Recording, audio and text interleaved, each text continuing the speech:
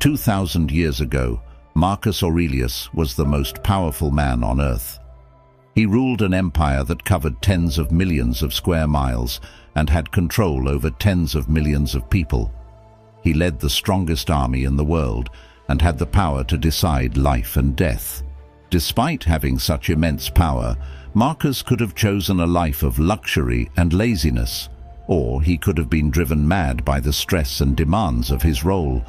However, as one biographer noted, he proved himself worthy of his great responsibility and power. Impressively, he wasn't corrupted by his power or overwhelmed by its stress. Instead, he managed it all admirably. What was his secret? What did his daily life look like? How did Marcus Aurelius handle his duties? Thanks to his writings in Meditations, his personal reflections, we have some insight. Today I want to talk about the daily routine of Marcus Aurelius, the philosopher-king.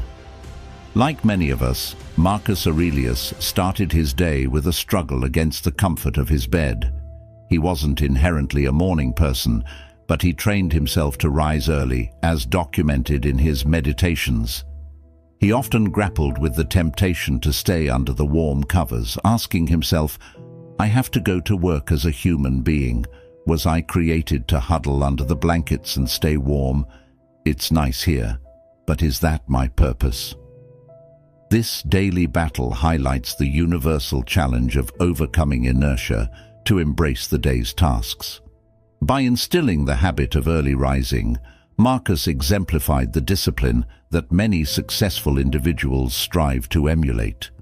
To make the process easier, Marcus might have employed techniques that are recommended even today, such as placing his alarm clock away from the bed, ensuring a reason to get up and out of bed immediately. This small act of self-discipline set the tone for the rest of his day. He started his day with a deliberate choice to do what's difficult but essential. In the early hours, Marcus likely engaged in meditation, philosophical study, writing and journaling, all before dealing with the demands of his role: inquiries, favors, bad news, travel, or battles.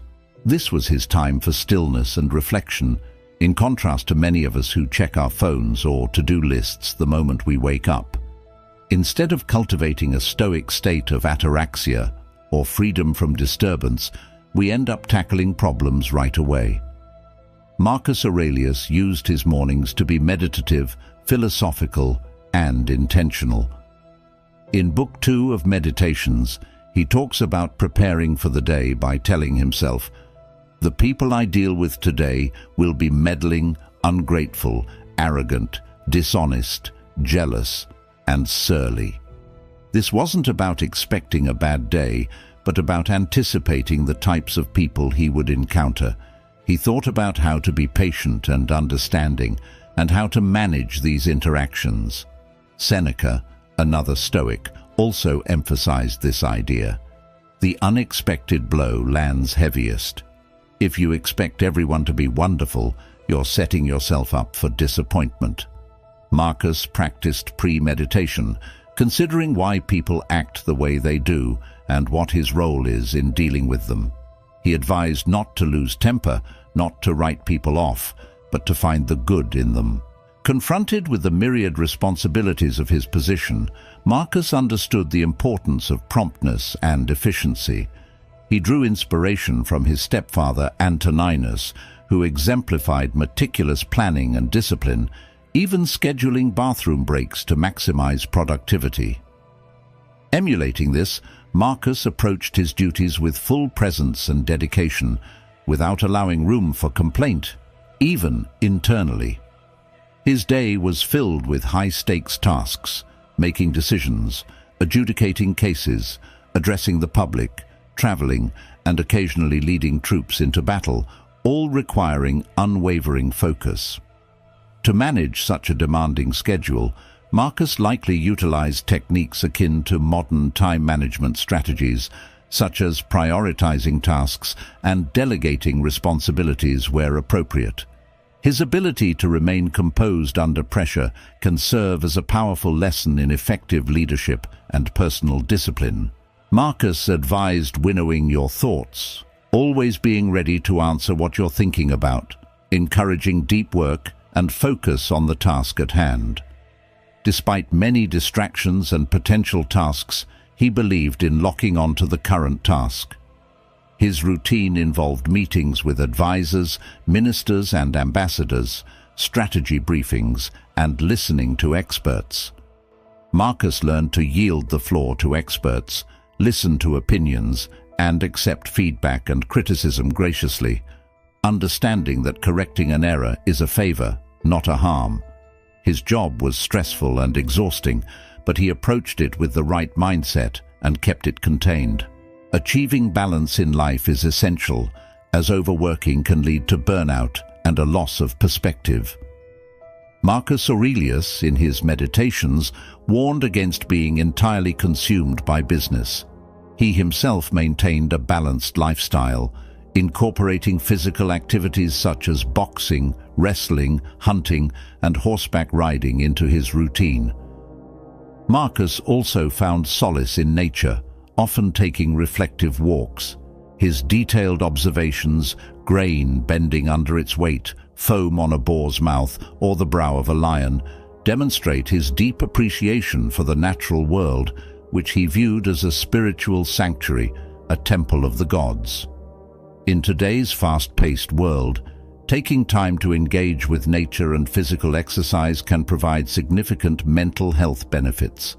Like Marcus, we should strive to find moments of peace and reflection in our daily lives, whether through a walk in the park, a hobby, or simply a quiet moment of mindfulness. Unlike many Romans, Marcus did not relish the violence of the Colosseum. Often, he would use his time there to engage in philosophical work, read or contemplate, distancing himself mentally from the brutality around him. He sought peace and relaxation, emphasizing that one could find solace within, regardless of external circumstances. Even in the chaotic environment of the Colosseum, he would immerse himself in works by Aeschylus, Homer, Cleanthes, Zeno, or Epictetus, drawing strength from philosophy. Daily visits to the baths were likely a part of his routine, allowing him to wash away the figurative and literal dirt of life. The Romans valued the gymnasium and baths, combining physical exercise with relaxation. At Aquincum, a Roman camp outside Budapest, where Marcus likely wrote parts of Meditations, one can still visit the hot springs he may have frequented. Despite his immense responsibilities, Marcus found time for relaxation and pleasure, balancing the demands of his position. His reign was marked by numerous challenges, including historic floods, the devastating Antonine Plague, wars, invasions, coups, health issues, and family troubles. An ancient historian noted that Marcus didn't have the good fortune he deserved, with his reign filled with continuous troubles. The stress was unimaginable, yet Marcus believed in his duty and developed coping mechanisms to manage it. His practices of journaling and Stoicism helped him stay calm, centered, and intentional, avoiding anger and destructive emotions. The Stoic idea that obstacles are opportunities was evident in Marcus's approach to challenges. When betrayed by his trusted general Avidius Cassius, he did not react impulsively, but took time to think, aiming to demonstrate to the Romans and future generations how to handle civil strife. He embodied the principle from Meditations that the best revenge is not to be like those who wrong you. Marcus viewed every challenge, big or small, as an opportunity to respond with virtue and decency. Marcus was not all about business. When not engaged in physical activities, he immersed himself in reading and writing, which he considered essential to his role. His letters to his mentor Cornelius Fronto and philosophical discussions with his teacher Rusticus show his dedication to continual learning. Marcus read extensively, often quoting from memory the works of Aeschylus, Epictetus, and Zeno. His writings reveal his diligent, focused approach to reading, always seeking to deepen his understanding and improve. This disciplined reading routine was likely an integral part of his evening, contributing to his growth as a philosopher and leader.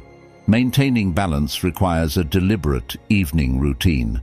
Seneca advocated for an end-of-day ritual of reviewing one's actions, and Marcus Aurelius practiced a similar form of self-reflection. In the quiet of the evening, as noted by his biographers, Marcus would reflect on his day's actions, questioning how he could improve and holding himself accountable for both successes and failures. This process, detailed in his meditations, was a cornerstone of his personal development.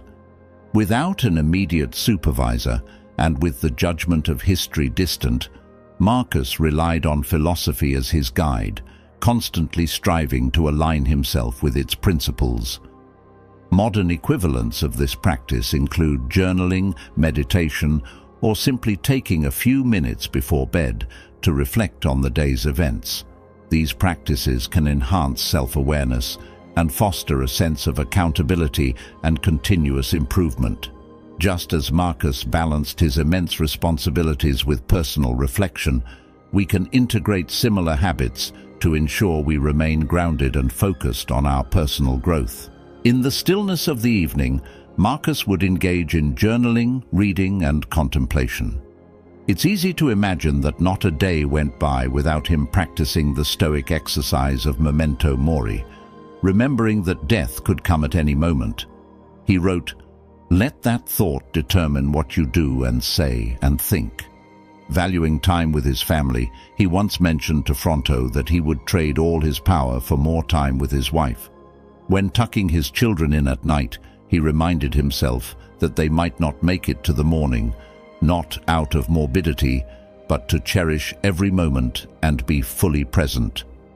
This practice was an essential part of the Stoic routine, and it's likely that not a single day passed in Marcus's life without it. Throughout the day, Marcus was surrounded by adulation and reverence, receiving gifts from kings and salutes from soldiers. Yet he made a conscious effort to remind himself of his own insignificance. He warned himself against becoming Caesar-fied or overly enamored with power and prestige. He viewed the fancy feasts, honors, and jewelry as mere symbols, reminding himself that they were just dead pigs, rocks from mines, and silly metals. This was his way of staying humble amidst his surreal existence. Each of us should adopt a similar practice because success can easily lead to arrogance, making us feel like the center of the universe. Philosophy helps us gain perspective, seeing an army as ants from a distance rather than a powerful force up close. In Meditations, Marcus often reflected on whether he was afraid of death because he wouldn't be able to continue his activities. He valued time, but criticized how frivolously we often spend it, acting as if we have an eternity when we don't. The Stoics believed that death is a continuous process, with every minute and day representing a form of dying. Marcus would reflect on each day's passage as a kind of death, asking himself what he had to show for his time. He tried to imagine going to bed without waking up, and if given a second chance the next day, how he would improve, grow, and not take time for granted. A day in the life of Marcus Aurelius, at first glance, might seem distant and unfamiliar, set 2,000 years ago amid ancient languages and immense power. However, his meditations and daily routines reveal a man facing challenges not unlike our own. Despite the historical gap, human nature remains a constant thread. From Marcus, we can glean numerous valuable habits and practices to enhance our own lives. By studying Marcus's approach to life, his discipline, his balance of work and leisure, and his commitment to personal growth, we can find inspiration to navigate our own challenges. His life serves as a reminder that wisdom from the past can still guide us in the present, helping us to lead more intentional and fulfilled lives. After his evening reflections, Marcus would prepare for bed, While it's easy to discuss waking up early without ensuring adequate sleep and having a disciplined bedtime routine, it's challenging.